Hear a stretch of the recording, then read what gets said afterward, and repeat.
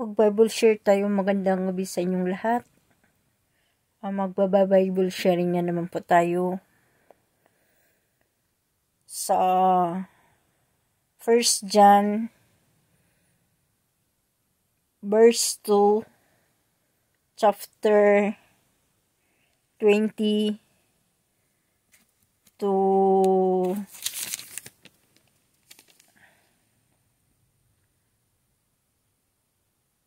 29.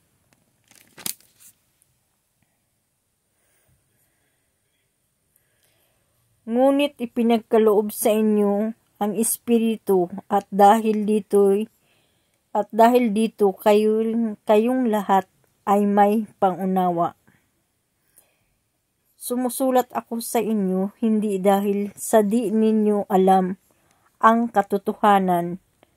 Alam ninyo ito at alam din ninyo na walang kasinungalingang nagmumula sa katotohanan.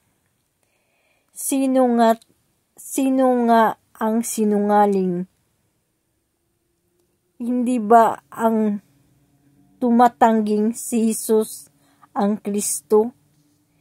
Ito nga ang Antikristo, ang ayaw kumilala sa Ama at sa Anak. Ang di kumilala sa Anak ay di rin kumilala sa Ama. Kapag tinanggap nino man ang Anak, pati ang Ama'y sa Kanya. Pakaingatan ninyo sa inyong puso ang narinig ninyo sa simula pa. Kung gawin ninyo ito, mananatili kayo sa Anak at sa Ama. At ito ang ipinangako sa atin ni Kristo, buhay na walang hanggan.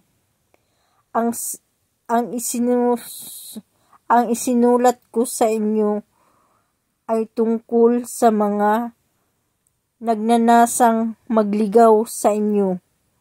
Ang Espiritu'y ipinagkaloob na ni Kristo sa inyo. At habang siya'y nananatili sa inyo, hindi na kailangang turuan kayo ninuman. Ang Espiritu ang nagtuturo sa inyo sa lahat ng mga bagay at totoo ang itinuturo niya at hindi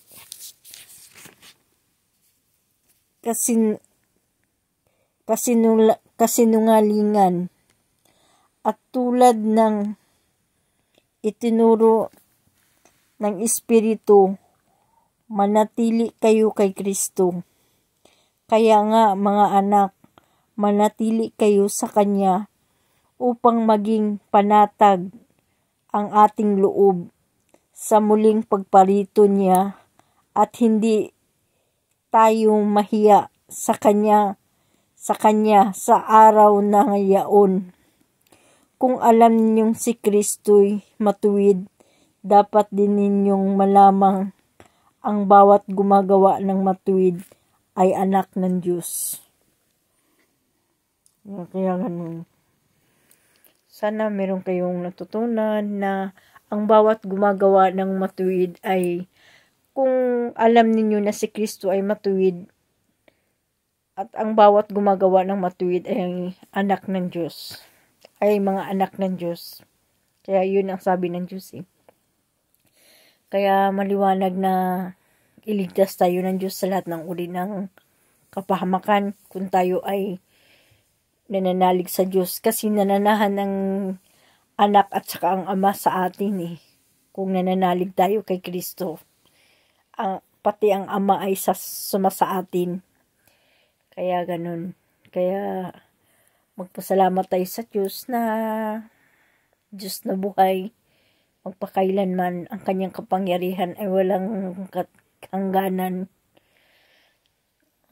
Pasalamat tayo sa Diyos na nandyan siya lagi na tinutulungan tayo at pinapalakas yung loob natin. Tayong mga mananampalataya sa Diyos, sabi ng Diyos na magpatibayan kayo sa inyong pananampalataya, sa inyong pananalig sa Diyos. Magpatibayan kayo. Tsaka, sabi ng Diyos din na minsan dalawin ninyo ang inyong mga kapatid kay Kristo. Yun ang sinabi ng Diyos. Kaya, busy man tayo, dito na lang sa internet na alam ng Diyos, ito na yung ng Diyos eh. Ito na yung mga huling araw na sinabi ng Diyos eh, na malapit ng wakas dahil lang ang Antikristo, di ba? Matagal na to eh. Matagal na ang salita ng Diyos eh. Matagal na rin yan ng Antikristo. Kaya ang Diyos pa rin nakakaalam kung paano niya paparusahan, kung paano niya. Kasi sabi ng Diyos, huwag mong gantihan eh. Akin ang paghihiganti. Ang Diyos ang nagaganti eh. Kaya kung paano niya parurusahan, kung paano niya tutupukin, kung paano niya lalabanan ang mga masasama.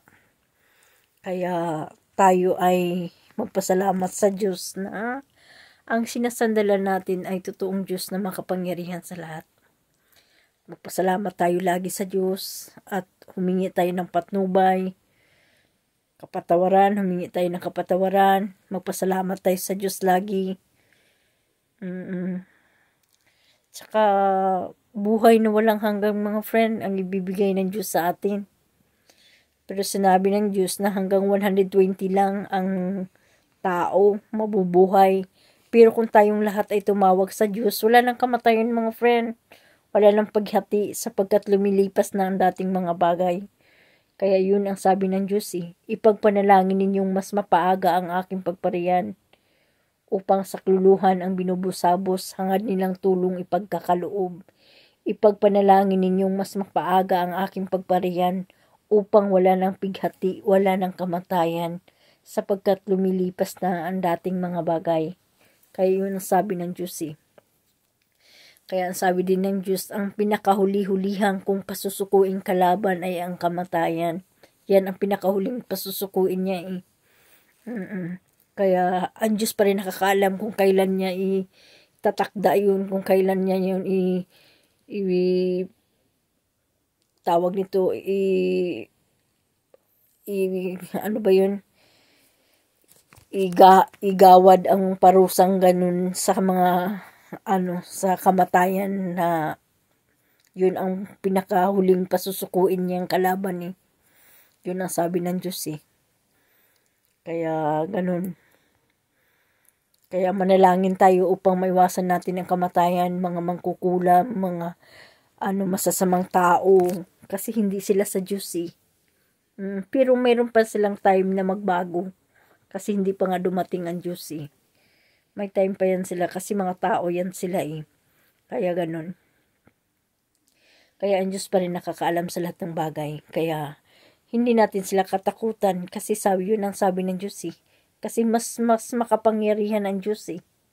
Mga anak kayo sa Diyos at napagtagumpayan ninyo ang mga bulaang propeta sapagkat ang espiritong nasa inyo ay mas makapangyarihan kaysa espiritong nasa mga makasanglibutan. Kaya sabi ng Diyos sa Israel dati, lumilitaw ang mga bulaang propeta. Sa atin naman ngayon ay mga bulaang guro. Kaya ang mga bulaang guro sa atin ngayon, wala na mga bulaang propeta eh. Kaya ganun. Kaya ang Diyos pa rin nakakaalam sa lahat. Basta manalangin lang kayo at tumawag sa Diyos at magbasa ng magbulay-bulay sa salita ng Diyos upang hindi tayo mailigaw ni numan. Kasi magpapakita sila ng mga kababalaghan sa langit, sa lupa.